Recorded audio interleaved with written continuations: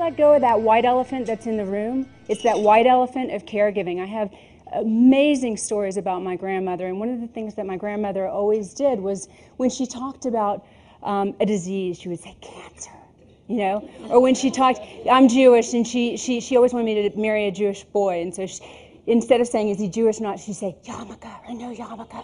You know, she had this whole conversation, is he wearing a yarmulke or no yarmulke, you know?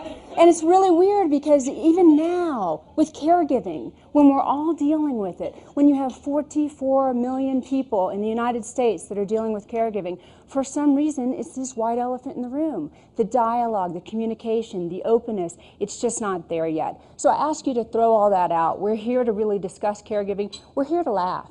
We're here to laugh about our situations, to be with one another, to understand that the alternative is the person's not there, to understand that the alternative is that we're not role models for others when they need to take care of us. So I'm giving you permission to enjoy this presentation and to just live within it. Rosalind Carter, who I'm sure you're all familiar with, is a tremendous advocate for caregiving. She actually has a wonderful institute on caregiving and has really made some big, significant moves into space. She had a wonderful quote, which I love so much. There are only 4 kinds of people in the world. Those who have been caregivers, those who are caregivers, those who will be caregivers, and last but not least, those who will need caregivers. So I was wondering, if you guys felt like you fell in any of those positions, could you raise your right hand for me? And how about if you think you're in 2 of those? Can you raise both hands for me? You know? So there's no doubt that we're all dealing with it. That's an issue for everyone. And so much of an issue, especially for women, 67% of caregivers are female. 33% are male. Now you'll be surprised, it was much higher, females. It's really changed and started to balance out. So before we do any male bashing in here, you know, that's an important thing to remember and to really begin to embrace men in the caregiving experience. So as I said, there are 44 million caregivers currently. When I wrote that book, which is just a few years ago, that's there for you, that you each have a copy of, there were 27 million.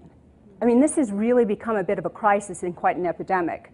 And when you really look at the statistics, you start to understand more clearly sort of what's the profile and the picture of it.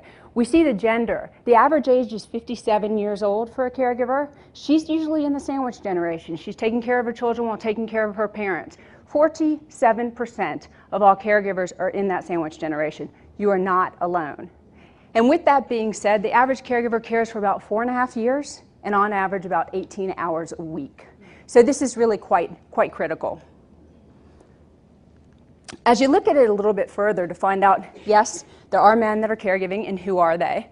When you look at this, 23% of all caregivers are wives, 13% are husbands, 29% are daughters, 9% are sons, and then you have other, which is maybe a cousin or an aunt or an uncle or something like that. But it's very interesting to look and see almost 37%, about 1/3 of caregivers are spouses. So very important to understand that and to learn more about that if you're potentially in that position. But if we look at the aging of America and we look at where we are today, 2008, 2009, 2010, and where we will be in 2040. Can anyone in the room tell me how many people are over the age of 55 now? Take a guess. Any takers? 70 million. Can anyone tell me how many people over the age of 55 there will be in 2040? There will be 140 million people over the age of 55. There's a tremendous jump. So again, this is a crisis. It is an epidemic. It needs to be talked about. There needs to be dialogue. Every one of you, if you work in an organization or you are, related to another woman or man who is caregiving or have friends, you must start this conversation. I mean, that's my soapbox. If you leave with nothing else today, it is about dialogue. It is about communication. It is about the commitment to bring this awareness so that our government, so that our friends and family, so that there is planning that takes place. Now into the fun. This is my grandmother. Now I will do my very best not to cry for you. She is Mimi Rose, and I was her primary caregiver for 10 years.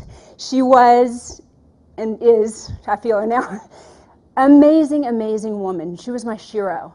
I like to say that she was the one who really created my strength, my independence, my self-confidence, and then every time I didn't have any of those, she's the one that kicked me in the butt and said, go get it. So she was the one who really taught me the finesse, the gift, and the honor of being a caregiver, and what it took to get through it every day, and what it took to have balance and to come out the other end when she had passed as a whole person. And I think that's what happens. We get stripped of who we are. It's almost like, I hate to say this, it's almost like being in a relationship sometimes, where you break up and you pick up the phone to order pizza, and they say, what would you like? And you're like, I don't really know. It was never my choice. Hold on, let me remember, what is it that I do like on pizza? It's one of those strange things where you don't realize that you've kind of gotten all these things taken away from you until you get your own balance, your own life, and your own security back. So she taught me that, and she was just such a fun and amazing woman. I took her and her friends out every month for a girls' night, so we would sit around, and this is her at 90. So it was a wonderful, wonderful journey for me, a wonderful experience, and one that I think I can bring a lot to the table to talk to you about. So I'm not just, speaking from an academic education or speaking from, reading books or speaking from the desire to get on board with a population, speaking from the heart.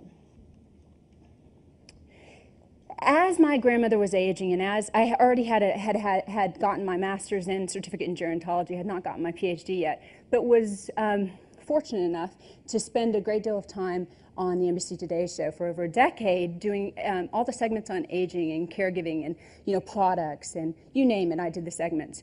And with that came the good fortune of Penguin Putnam coming to me and saying, we'd like you to write this book on balance and caregiving. So it was just this vortex that happened.